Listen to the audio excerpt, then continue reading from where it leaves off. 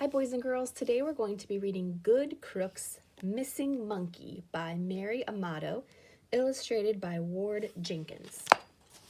Good Crooks, Missing Monkey. There's the table of contents.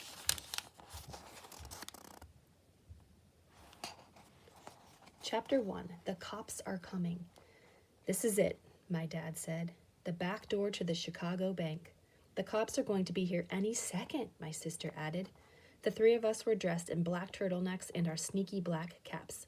You guessed it, my dad is a robber. So is my mom, Ron and Tanya Crook. They want my sister Jillian and me to follow in their footsteps. Dad handed me a sharp metal tool. Slide it into the lock and jiggle it until the lock pops open. I slid the metal pick in and jiggled it. My face started to sweat. You look scared, Jillian whispered. I was going to say you look like a baboon, but that's the problem with having a twin. If I tell her she's ugly, I'm not doing myself any favor. We both have the same freckles, the same big ears, the same knobby knees, and the same giant feet. The only thing that's different about Jillian and me is our pigtails. She has 2, and I have 3. Just kidding. I buzzed my pigtails off last year and gave them to pigs without tails. Just kidding. I've been pigtail-free all my life. Focus, Billy. Think of all that money we're going to steal, Dad whispered. I pictured us running out with bags of cash, and then I pictured the bank owners coming in to find an empty safe. They would be so sad. What? I'm a crook. Crooks shouldn't think about how sad the bank owners will be. I glanced at my dad. He was bouncing on his toes. His 10 little piggies were happy just thinking about money. A thought dropped out of my brain. I do not want to rob any more banks. I want to do something nice for a change. I dropped the pick. What was happening to me? Suddenly, the door opened and a beam of light hit us. A tall guard lunged at me. I ducked and the guard grabbed my dad. Got you. This is it, Dad cried. The end of our crook ways. Good going, bro, Jillian said. The guard laughed and turned on the lights. He wasn't really a guard. He was my mom. We weren't really at the back door of the Chicago bank. We were at home taking a test on lockpicking, and the bank door was our closet. Mom took off her hat and fluffed up her spiky black hair. Billy, did you practice? I didn't have to say a word. My bright red face did all the talking. No banking on your burger tonight, she said. Yeah, Dad said. Jillian, you take a turn. Then we'll make Billy do it over till he gets it right. I held the pick out to my sister. Keep it, Jillian said. I invented a new lock opener. She pulled a small black gadget from her pocket. I call it the popper. That's the remote control for your TV, I said. She grinned. I reprogrammed it. Cool, Dad said. That's what you've been working on all week? Enough with the chatter. Mom was ready to get cracking. Places? You've got exactly 60 seconds to unlock the door, Jillian. No problem, Jillian said, turning off the lights. Mom locked herself in the closet and yelled, Go! Jillian pointed her gadget at the door and hit a button. Pop! She turned the knob and the door opened. My parents went mad crazy. Mom hugged her. Woohoo! Dad exclaimed. Does it work on any lock? I think so, Jillian said. Fantastic! Mom flipped on the lights. Can you make more of those? Jillian shrugged. Sure, I can make one for each of us. Mom turned to me. Billy, do you know what this means? It's going to be hard to switch TV channels, I guessed. No, with Jillian's new gadget, you'll be a successful crook too. Mom took the popper out of Jillian's hand and put it in mine. Cash, jewels, gold. Dad started dancing around. I danced around too to make my parents think I was happy. Deep inside, I wasn't sure I wanted to be a crook anymore. That was a big problem. Chapter 2, Don't Forget Your Purse. The next morning, a golden beam of sunlight shot through my window and punched me right in the face. I looked at the clock by my bed. 8 o'clock a.m. Mom and Dad would want me to snooze all morning and spend the afternoon stealing, but I couldn't get back to sleep. I put on my stockings, a polka-dotted dress, and a pair of granny kicks. You guessed it, my old lady costume. Jillian and I always have to wear a disguise if we leave the house.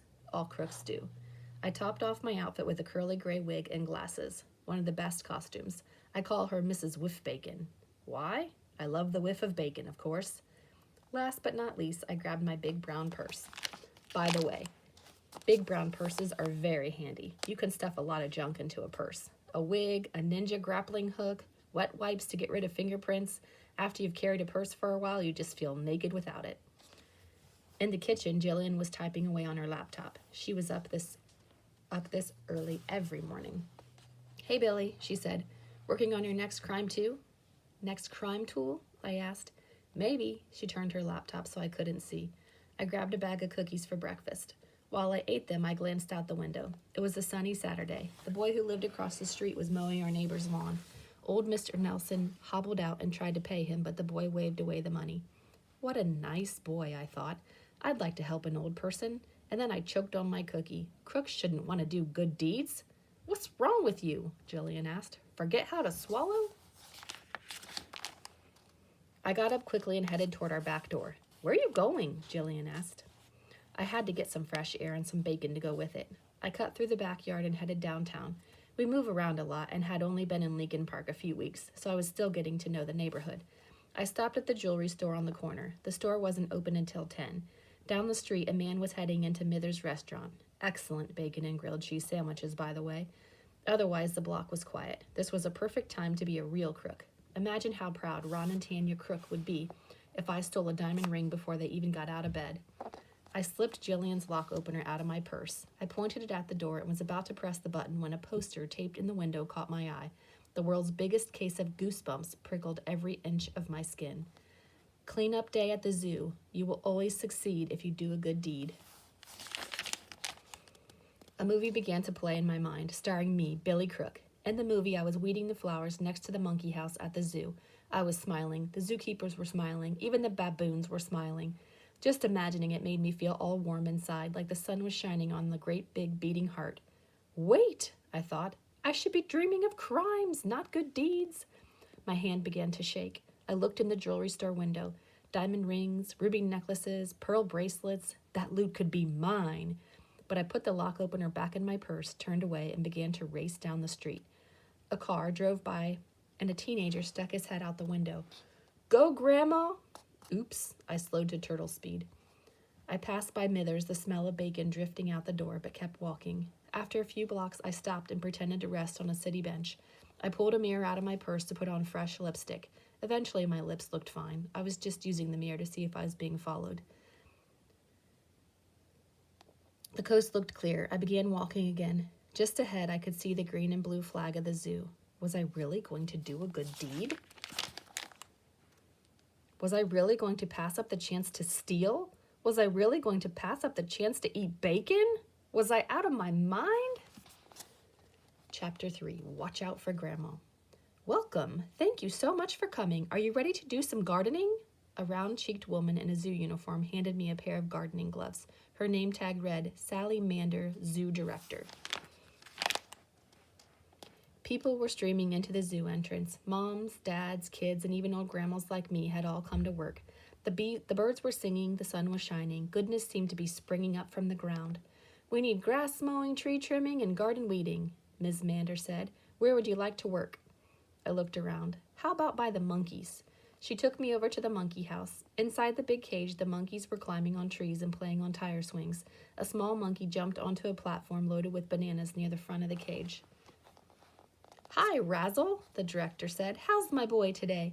"Eat-oo," Razzle said. Another monkey joined Razzle next to the bananas on the platform. "Here's your sister," the director clapped her hands. "Hi, Dazzle." Razzle and Dazzle clapped their hands too. "This nice woman is going to make your area beautiful," Miss Mander pointed at me. I waved at Razzle and Dazzle. They waved back. I think they liked me. All around the area, the flower beds were choked with ugly weeds. The monkeys watched as Miss Mander showed how to pull the weeds so the flowers could grow. "Okay, time to get to work. Yank, yoink, yank, zoink, zink, zoink." I didn't just yank out the weeds, I defeated them. "Say goodbye, weeds. You have finally met your match. That's how I roll." An old woman wearing a big floppy hat walked up. "Looks much better." "Ooh, Razzle and Dazzle exclaimed.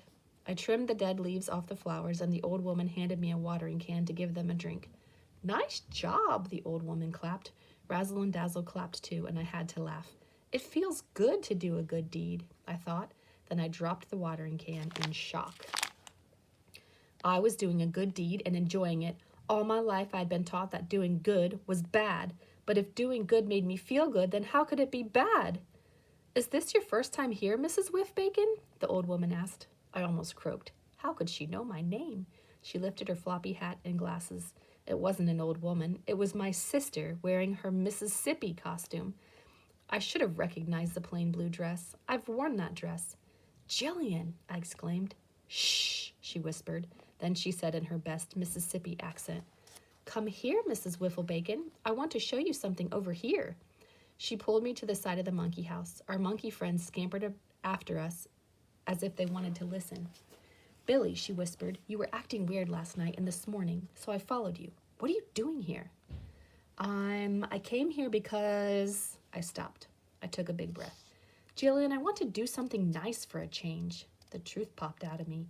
It felt better, lighter, like somebody had weeded and watered me. But I had a big problem. Jillian was going to freak out. She'd probably tell my parents the whole story. Behind her glasses, my sister's eyes were huge. I can't believe you just said that. I know, I sighed. I'm nuts. No, that's not what I mean, Billy. I mean, I feel the same way, she said. I was shocked. You're kidding. You want to do something good too? She nodded. But what about all your crime inventions? Ever since I was 6 and invented that fingerprint eraser, Mom and Dad want me to keep inventing more stuff to help them steal. So that's what I've been doing. But lately, she leaned closer. You know Mr. Nelson? The old guy who lives next to us? She nodded. I noticed that he has trouble unlocking his door because his hands are so old. So I invented the lock opener and I put one in his mailbox for free. That's so nice, I said. She frowned. I know, Mom and Dad would be horrified. I wasn't alone. My sister wanted to do good deeds too. Joy bubbled up from somewhere deep inside my soul. Woohoo! I yelled and began jumping. Ooh-hoo, ooh-hoo. The monkeys went crazy, yelling and jumping too. Whoa, Grandma, Jillian said. Remember where we are? I stopped and straightened my dress and wig. Just then we heard a familiar voice. Good morning, ladies. We turned to see 2 construction workers walking toward us. Oh, no, Jillian whispered. It's Mom and Dad. Chapter 4. Uh-oh. Mom and Dad strolled up in their favorite disguises. They were wearing orange vests and hard hats. Their boots were dirty as if they'd been working all day. Mom had a full beard. Dad had a bushy mustache. Were Mom and Dad spying on us? Did they know we were here at the zoo to do a good deed? I looked at Jillian. She was playing it cool. Good morning, she said in her Mississippi voice. Dad was carrying orange cones, which he began to set out. Mom had a clipboard and was pretending to write down stuff. So, Dad whispered, what's shaking? Not much, Jillian whispered back. What are you doing here? When we woke up and found both of you gone so early, Mom explained, we got worried. But how did you find us? I asked. We have our ways, Billy, she smiled. Why on earth did you come to the zoo? We... Jillian's mind must have gone blank. It didn't happen often. She looked at me for help. We... My mind had gone blank too. Eek, eek, Razzle and Dazzle said, copying us. Check it out, I laughed and pointed at the monkeys, trying to change the subject. Those monkeys do everything we do. Mom and Dad turned to look at the hairy little guys. I get it, Mom said. My knees started to shake. You do? Jillian's voice quivered. You're both brilliant, Mom said. We are? I was so confused. Yes, Mom exclaimed. You came here to kidnap a monkey, to take it home and teach it how to steal. Dad patted me on the back. That is brilliant. Let's do it. Steal a monkey? Were they serious? Dad started bouncing. Jillian, do you have your lock opener? Billy had at last, Mom said. Did you bring it? Before I could stop her, she grabbed my purse and found the lock opener under my candy bar. Ron, create a distraction. I'll steal the monkey. Wait, I said.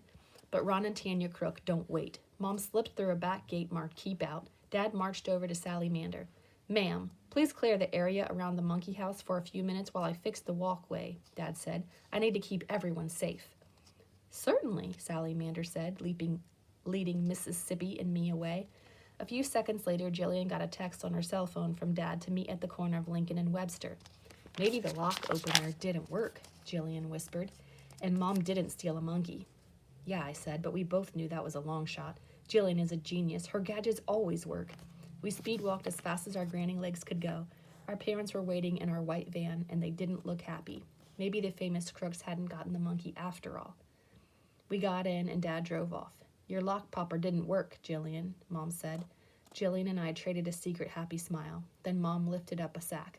Just kidding. Meet the newest member of the Crook family. Razzle hopped out.